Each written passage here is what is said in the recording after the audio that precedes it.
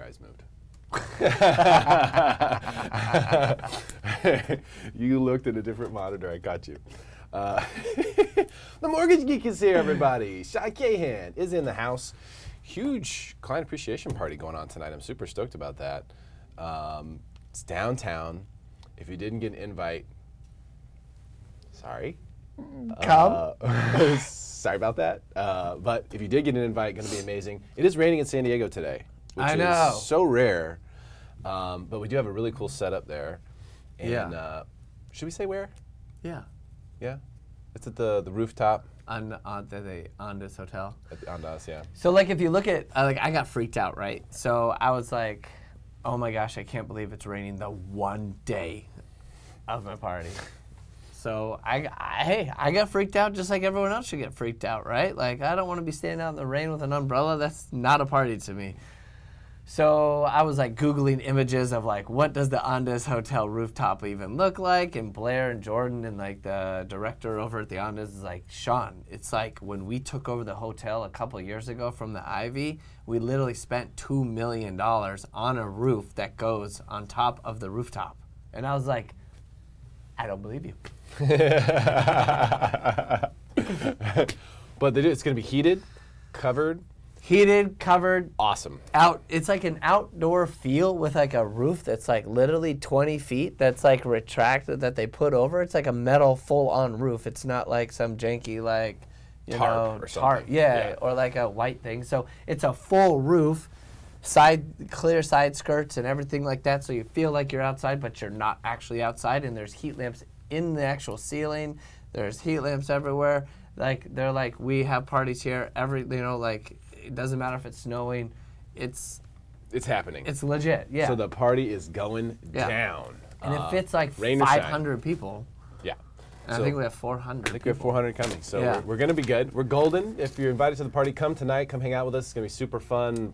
Prizes, giveaways, food, drinks, freaking everything. Yeah, STK. Everyone wants to go down to STK. We're having it catered by STK. Drinks, raffle. We have like 18 raffle. We even have like a special only one item that they gave to me yesterday for a silent auction. Everyone's going to be stoked, and the surprise is going to be at the entrance of the hotel as well. Nice. Yeah. Nice. They're bringing it down, so if I say any more, you guys will know what it is, but this thing is epic. Like, yeah, so you guys will be Very excited. cool. So come down, Yeah. check it out if you got the invite, and we will be there absolutely making things happen. Of course, interesting real estate climate right now. Opportunity for buyers are abundant right here.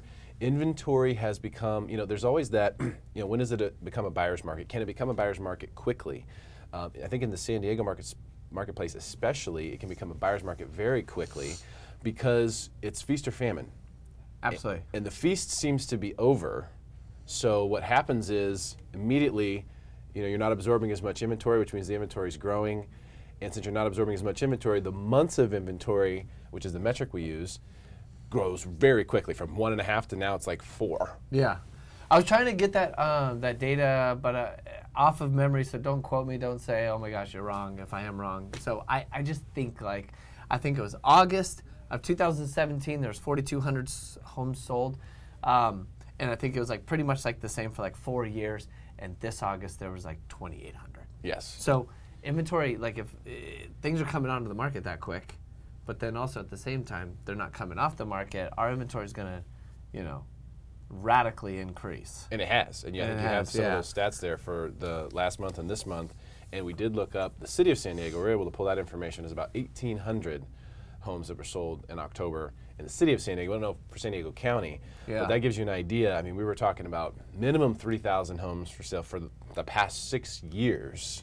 And now that has declined and the inventory has increased, and therefore the months of inventory remaining. So this is a great opportunity for buyers. I mean, it's unbelievable. Yeah, like 2017 November. I got my little cliff notes, so I promise I didn't memorize this. Like 5,100 homes for sale. December 4,600. Right now, October had 8,100, almost 8,200 homes for sale.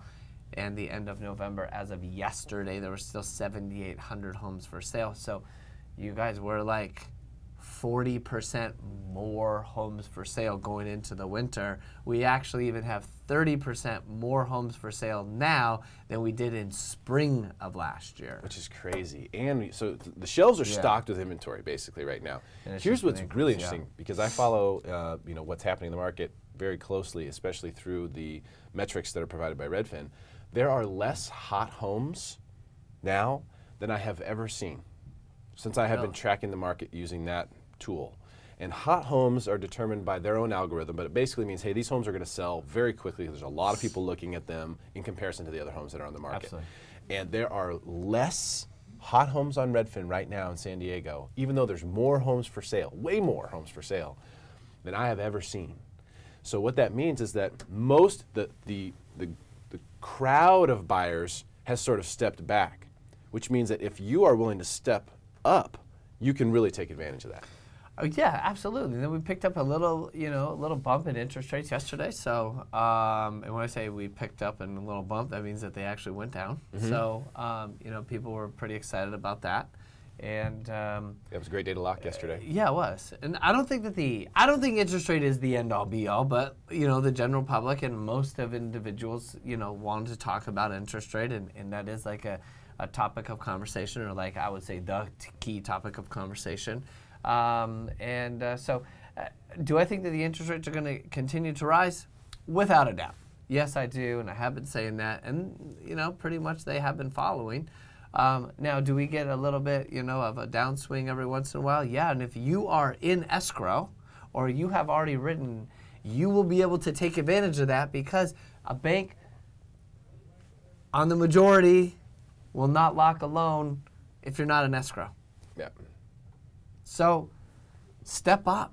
Like the times are really good to actually buy right now. And what we're going to talk about right here specifically is how to make a strong but lower offer than the list price, because a lot of people believe that if you go in and you make a lower offer, it's always a lowball offer, it's always going to be treated with disrespect. Not true. No, it's not. Especially when you can justify certain things, when you can look at when that home was put on the market, when you can look at when they bought the home, and when you can show them the difference in interest rates. So you can actually tell them, hey, I understand you bought this home in 2015 for this much money, and you think it's gone up this much, but when you bought it, interest rates were at 3.875.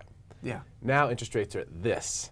So you can actually do the math, and you can put this in your offer. You at least have your agent communicate this to the other agent that, hey, listen, look at the difference in buying power. And we're not trying to lowball just to lowball. It's just a reality of affordability. Yeah, absolutely. So if you can use that to your advantage in the offer, I think you've got a good chance to get the other side to respect where you're coming from, instead of just saying, oh, you listed for 500, I'll offer you 400. Yeah. Like, put some data behind it. I always think that putting data behind it and making the offer like super strong is the buyers that are getting accepted offers at the price that they feel comfortable about, and it also is giving them the time to feel comfortable to go into the house, to get the inspections that are needed, instead of it like pretty much for the past 4 years. It's been such a seller's market that, hey, there's no fire door. It's not up to code for California. And the sellers are like, so be it. Do you want the house? I have 17 other people waiting. So if you don't want it, I know that they will pay for it, and they'll just pay for the fire. I mean, it was just like that, bullish or bullheaded, on the sell side, that was just like, we don't have to do anything. Mm-hmm. And I think that it's really fun to watch the market kind of be evened out, or an even playing field where the buyers and sellers have to actually kind of work together on getting the transaction closed. And that's where I think we're at right now. Absolutely. If you were to stick the pH, stick in there, you would find right now we're right at neutral, or right where some sellers with really premium properties who are willing to list them appropriately are going to have the hand and be able to command, whereas other homes that are not in great shape, that aren't presented well, are going to be taken to the cleaners. I mean, that's what's happening. They're getting taken to the cleaners, and we've seen $100,000 price reductions. I mean, we've seen some crazy stuff that we haven't seen in 7, 8, 10 years. I have to tell you, so I look every single day because my wife and I are looking, and so geez, I mean, if I'm I'm aggressive. I'm aggressively looking. No.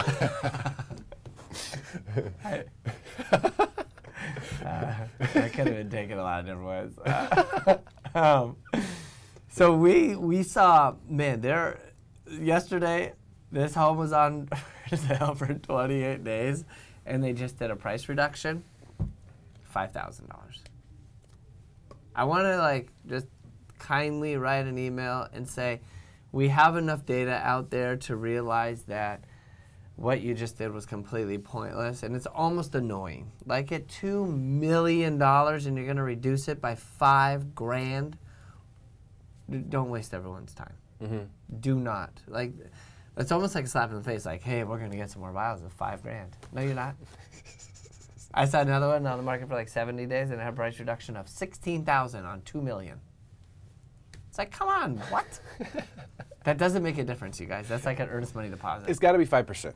I think 5% is like a cool number. If you want to make a statement that we're ready to entertain offers, then you need to reduce by 5%. And maybe you'll get, what was that other one where they reduced it by 5% and then it actually went back up to where it was originally? Yep. Like, because people got excited, like, oh my gosh. And then once you get the emotional built up, that's what's great about residential compared to commercial, is that residential, most of the actual purchase is emotional. That's why, you know, there's a lot of lenders out there getting crushed, and you know, it's not just about the interest rate, it's about the emotional connection, because purchasing a residential place is a lot, or the majority of it is emotional. That's right.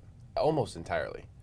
There's very little functionality. I mean, every once in a while there's, you know, the engineer or CPA client who's like, I need to be 100% functional. But for the most part, it's people who go in and they're basing everything off of the feel. Yes. Does this feel like home? So if you get more people in there and your offer is like, and you are excited, like the file is underwritten and you are ready to move forward, and you have a strong offer and your earnest money deposit and you're emotionally invested, like the chances of them actually coming up like that extra $5,000 or $10,000 is really easy once you get them involved. Yeah, and if you do bring a strong offer like that to the table where you can say, hey, we can remove loan contingency here, we've been pre-underwritten, we're good to go, the money's good, here's our earnest money deposit, which is going to be a significant amount. We're going to show you like a 1 or 2 or 3% earnest money deposit. Like, here's a big chunk of earnest money. Yeah. Here's our pre-underwritten loan approval. No, we'll remove loan contingency. And here's why we're offering at what we're offering. Yes. Explain that.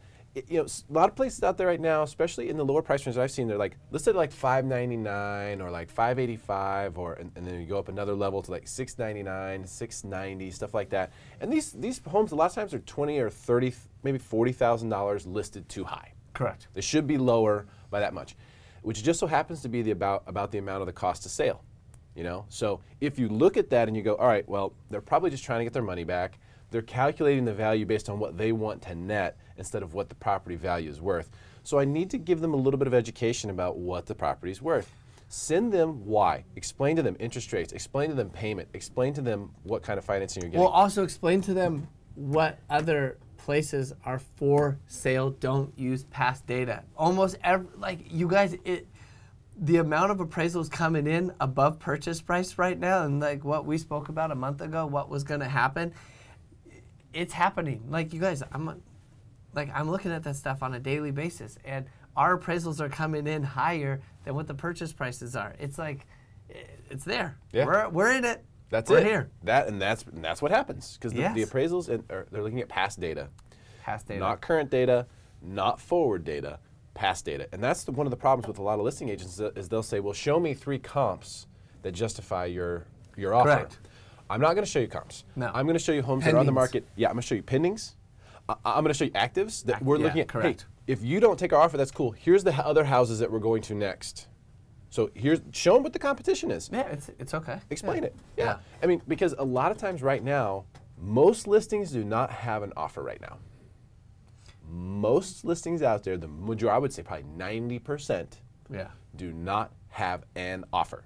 So if you come in and you're the offer, especially if they've been on the market like 70 days, Yeah, something they're like that, they are Going really into the winter, stoked. 70 days, and they haven't had any action, and they are watching the prices kind of tick down, people are going to get excited. They'll be happy to have an offer. I think buyers and sellers are excited. The buyer thinks that they are getting a better deal than originally. The seller's excited that they actually have an offer, and now do they have like actually good financing in place? And I think that this is actually key for loan officers. I think that the really, really good loan officers are going to rise above the noise at this point. 100%. 100%.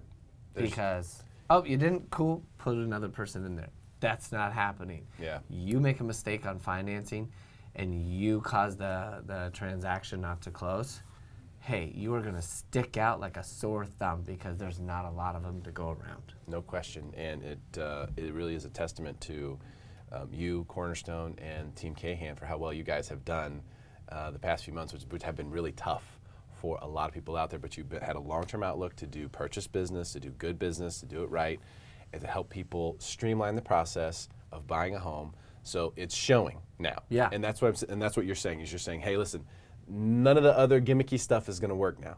It's about hard work. It's about systems. It's about having your together. You know? I'm watching a lot of my, like other competitors kind of like, like going down pretty fast on volume. And Team Cahan and myself, like, we are very consistent. I'm just shy of what I did last year, and I don't know too many people that can truly say that from this last year, 2018. And believe me, it's not because of like my purple jacket, right? We just stayed the course. And did someone bet you that you wouldn't say purple jacket on the show? You paid off a bet right there. We call it the Steve Harvey jacket. That seemed like an awkward jacket drop right there. I was trying to think of something like, what am I talking about? You gotta get the jacket. Purple! No, it's not the purple jacket. It's systems, it's consistency, it's pounding the pavement, it's providing value. Similar to the party that we're gonna have tonight. Absolutely, yeah. Which is all about that, giving back, showing clients appreciation, showing partners appreciation for their efforts and their partnership, and getting everyone together to have a good time. People like to have fun, and people love the Mortgage Geek. And there's nothing tied to it. Come, have a good time, yeah. And we got a cool video, like, going to be playing the Mortgage Geek. Hope you guys liked my Thanksgiving thank you cards. I really do truly love everybody that I work with. I think that, there's a valuation of escrow, title, agents, like, lenders, underwriters, everybody. So it was just like the Mortgage Geek is there to kind of push the envelope and to have fun and to kind of push everyone's buttons, and that's what I do. But you guys, it was like a true thank you. I didn't want to do like a drip. Let me ask you a question. Yeah. The video, because I saw it, yeah. Is that going to be playing on loop at the party? I have a different video playing on loop. Oh, you saw the loop video? I think so. Yeah, yeah, I have a loop video playing. That's going to be looped? Yeah. It's really funny. Oh my gosh, guys, you got to show up just for that, if nothing else. What an opportunity for buyers in this market. Sellers, you've got to do your work. Boy, you've got your work cut out for you right here. Buyers, you have the pick of the litter for the first time in a very long time. Take advantage. Call Team Cahan. Call the Mortgage Geek. Yes. And follow on Facebook so you can see all the awesome videos. Mortgage Geek, great to see you, my friend. Always good to have you. Thanks, man. Tremendous Appreciate stuff. it. Share this video. Make your friends smarter than everyone else. See you next time.